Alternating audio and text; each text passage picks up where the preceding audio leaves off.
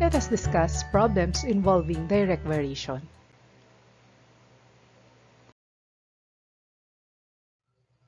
What is direct variation? If x is increases, y it is also increases. When x is decreases, y is also decreases.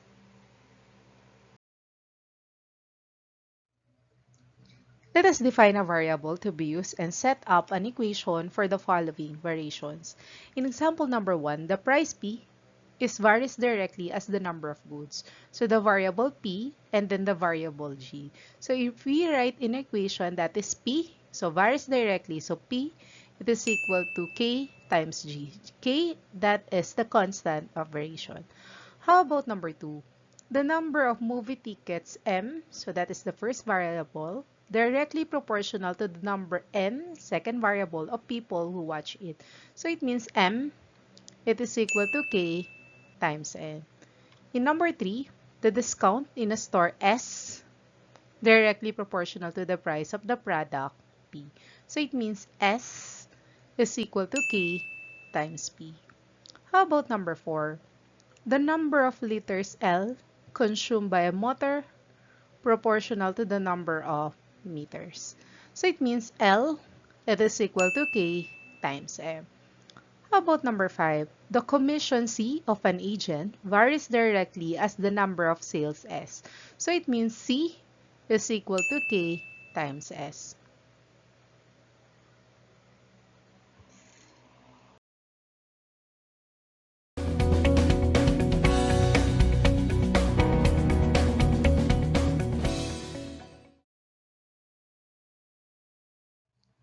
So let us solve the value of x and y, assuming that y varies directly as x.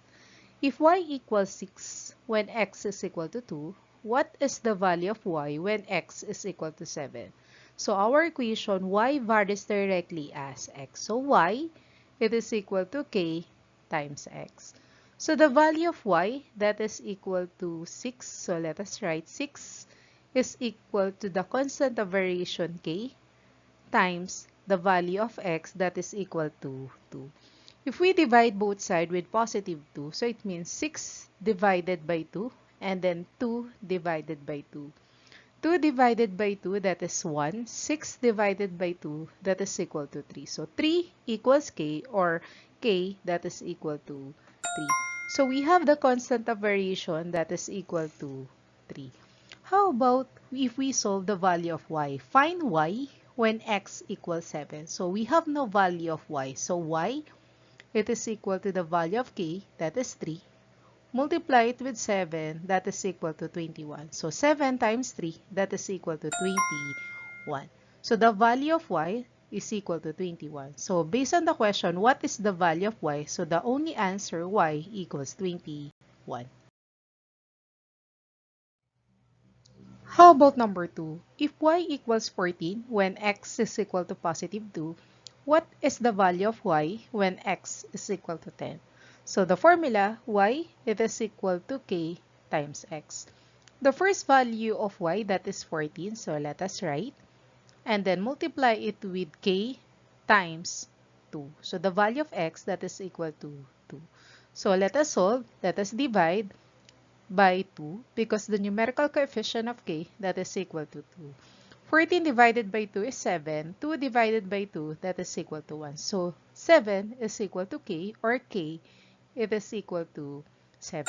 So we have the constant of variation. So let us continue to solve. What is the value of y when x is equal to 10? So y, it is equal to 7 times the value of x, that is equal to 10. 7 times 10, that is equal to 70. So the value of y is equal to 70.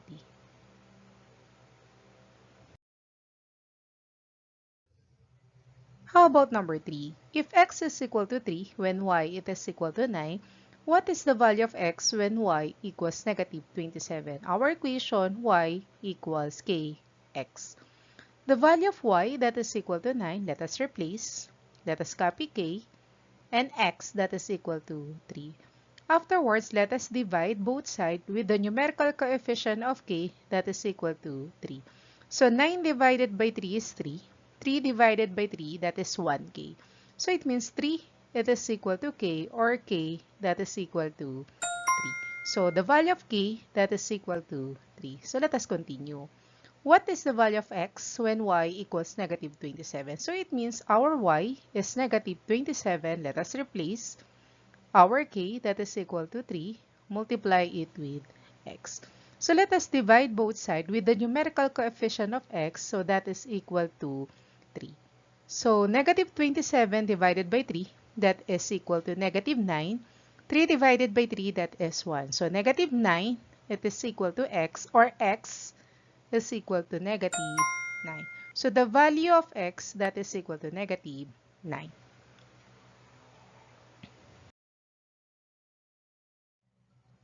How about number 4? If 5 ball pen costs 75 pesos, find the cost of 25 ball pen. First, we need to identify our variable. First, our variable that is cost. So first letter is C. And then another variable that is ball pen. So our first letter is B. So our formula C, it is equal to K times B. So first, our cost, that is 75 pesos, and then the ball pen, that is 5. If we replace to the formula, that is 75, it is equal to K times 5. And then afterwards, let us divide both sides by 5. So that becomes 75 divided by 5, that is equal to 15. So 15 is equal to K, and then K is also equal to 15. We have the constant of variation that is equal to 15.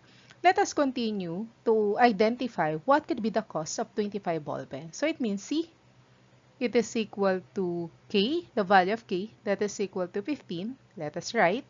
And then the ball pen, that is 25.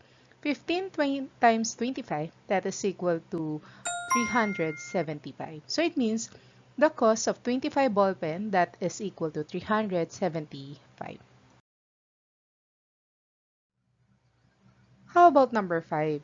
If 6 donuts cost 132 pesos, find the cost of 30 donuts. So first, we need to identify our letter. So our letter, donuts, the first letter is D.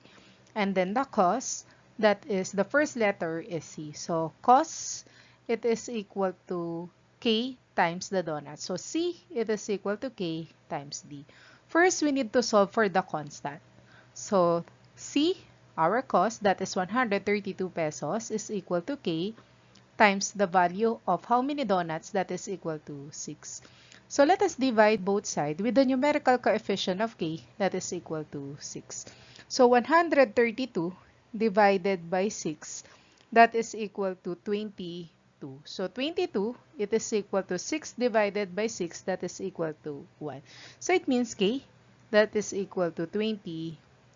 So we have the constant of variation that is equal to 22.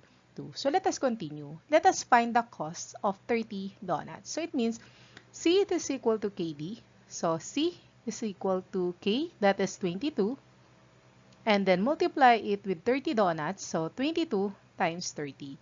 22 times 30, that is equal to 660. So the cost of 30 donuts, that is equal to 660.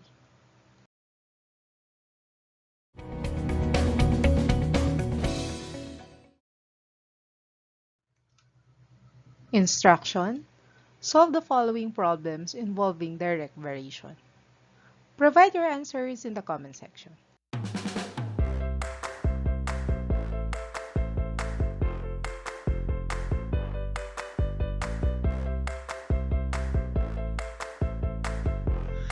Enjoy learning mathematics. I'm Teresa Tubal. Thank you so much.